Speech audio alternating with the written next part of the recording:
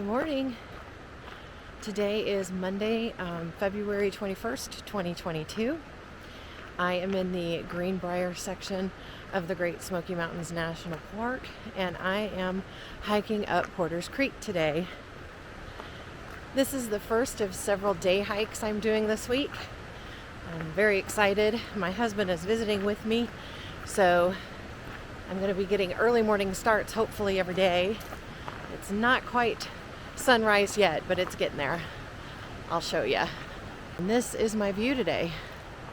So far this morning. There's going to be some historical landmarks on this trail. Most of it's in the first mile. And then maybe half a mile or so further, it will be Fern Branch Falls. I haven't been up to Fern Branch Falls before. I've been to the cantilevered barn that I'll show, but that's as far as I've been on this trail. It will connect with Brushy Mountain Trail, which I'll have to come back and do at some point.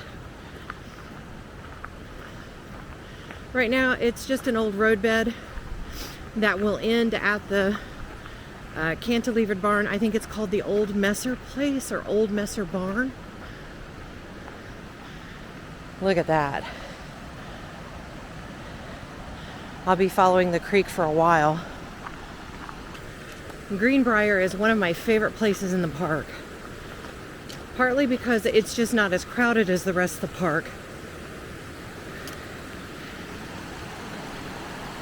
But these water features really get me every time. Looks like it's low water right now. I don't know if it's low water historically for winter, but compared to what I'm used to seeing around here, it's a little low. There is supposed to be quite a bit of rain this week though, so I'm sure that'll go up. It's about 36 degrees. It doesn't feel that. It feels a little warmer than that. So I'm hopeful that it'll get warmer throughout the day. I think the high is supposed to be in the 60s somewhere. So that's pretty exciting. This isn't a long trail. I think it's 3.5 miles to the campsite. I don't remember the number of the campsite. I'll put it up on the screen. And as far as official trails, it pretty much ends right there. I think there are some I don't know if you call them bushwhacking trails or what, from Porter's Creek that goes up to, I think they go up to the AT. I've only heard about them. I don't typically bushwhack because I think I do a good enough job staying on trail. We don't need to have to use our SOS button on our GPS. From what I understand, most who bushwhack around here not only are experienced at bushwhacking, but they grew up around here. They've heard all the stories. They know all the places. They know all the ravines and cemeteries and manways. And, if I were at home in Indiana and there was something I wanted to bushwhack to, depending on the season, I probably would. But as much as I come to the Smokies, unless I was with someone who is experienced from here and knew what they were doing and didn't need to rely on me for anything except to follow, I would not do it. I'm tempted sometimes, especially when watching some of Mike Maple's old YouTube videos where he takes friends of his to certain home sites, and he was such a wealth of knowledge that it is tempting when you read his books and watch his videos. But I know when smart crosses over to stupid, so for me at least. All right, I'm gonna shut this off and get moving. I'm about a half a mile in. Here are the steps to the home site. So that's the trail. I'm at the top of the steps.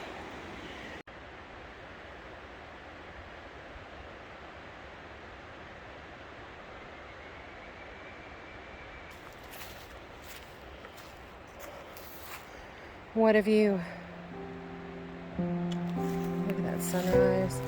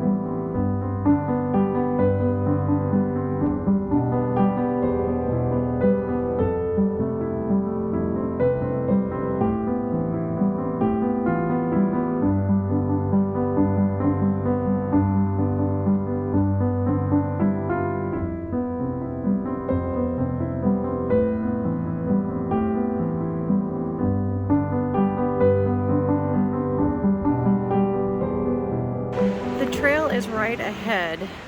There you can see the gravel path, but I wanted to show you this just in case you're not interested in going all the way up to Porter's Creek and you just want a day hike with a picnic. I'm about a mile in, and this is a nice open area with a great log to sit and have lunch on, and you can hear the creek in the background, and you have to be careful, especially if you have small children. But look at that. And of course, it's not showing up in video as beautiful as it is in person, but you have a great view. The first sign that I come to is the continuation of Porter's Creek Trail, and then it shows Brushy Mountain Trail to the right. But there's a sign way back there. The cantilevered barn is somewhere around here. This is a large turnaround that just takes you back there. I think this is just a service road turnaround. I think it always has been, or at least since the park. Brushy Mountain Trail continues on this way, and you can hit Mount LeConte in a little over 8 miles going that direction. Further right, though, I believe might be where the barn is. So when you come up on the gravel road, the turnaround, the wide turnaround, take a right. I just continued straight forward or left.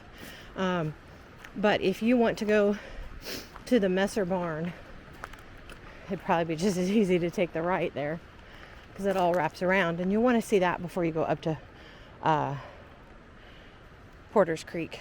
Not only is the cantilevered barn up here, but I believe there's a spring house as well, and just beyond the spring house is an old cabin. I don't know if it belonged to Messer. I'm not really certain of that. But it was the old meeting point, headquarters, old, I think it was called Appalachian Club trail meeting site. And they actually restored it. I think that they had a lease on it until the early 80s, 1980s. The park granted them that.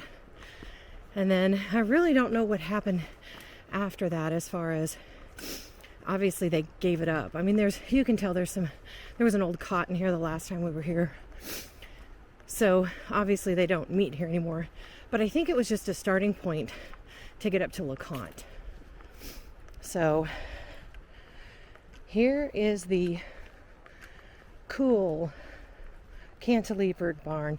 You'll see a lot of these in this part of the country. Well, I won't say a lot, but this is where you're going to see the majority of them. There's a couple, I think in Sevierville that I recall. This one is very well maintained.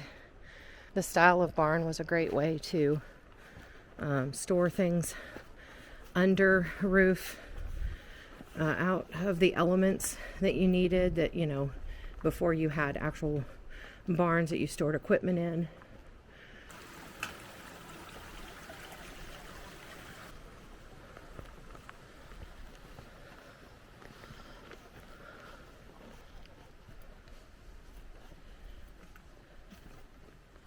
Oh, look how cool that is.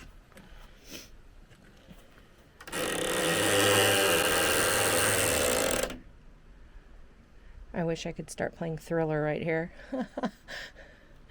But that is super neat.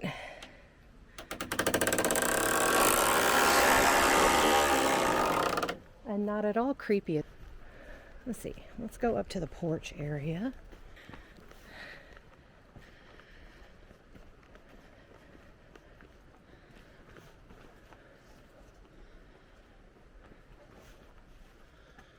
Nope, I'm wrong. Oh, nice. You probably can't see this. Let me switch cameras. Okay, so into that room, there's a couple cots to keep them up off the ground, and the fireplace. Still some pots up there. Looks like some kind of a storage bin. And then, yeah, this might have been a long table to put your packs on and maybe cook your food. There is a ladder up over there that goes up. I think there's another way up too, though. I think it's more out here. Maybe a little more safer and actually accessible way. Okay. So then the other part of the barn. Let's see if I can adjust to light in here. There's the other access. And then there are two more cots here. Oops, sorry. One cot there, and don't you know that person was warm? Let's see what it says here. Ah, there we go. Smoky Mountain Hiking Club cabin. That direction now.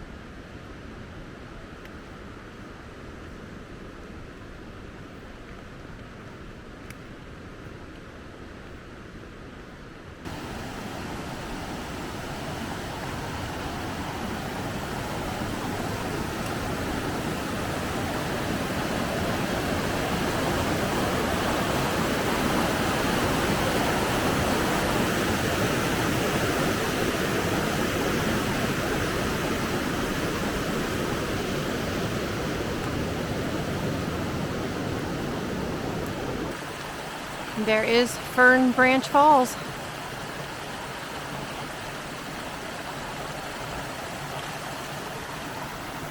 And here is my view.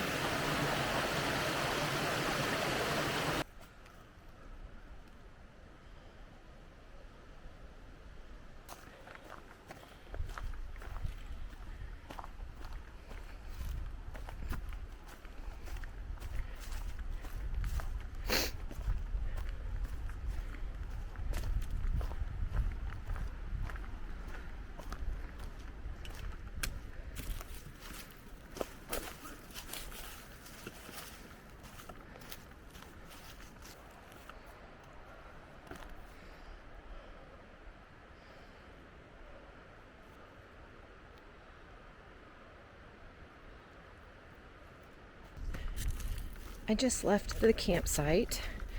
There was one gentleman there. I didn't film as much there as I'd like to because I wanted to respect his privacy. He was a super nice guy. It didn't look like a big campsite. I don't know how many campers it'll hold, but I'll put it up here on the screen, and of course I'll do a video of it. It's kind of slopey. There was a nice communal fire pit, but I didn't see a lot of flat areas. But this was a nice hike. I would say the uphill was fairly mild. I stopped to take in the view or shed layers, but I didn't have to stop to catch my breath. But it is pretty steady uphill, so sometimes it's rocky, sometimes it's rooty.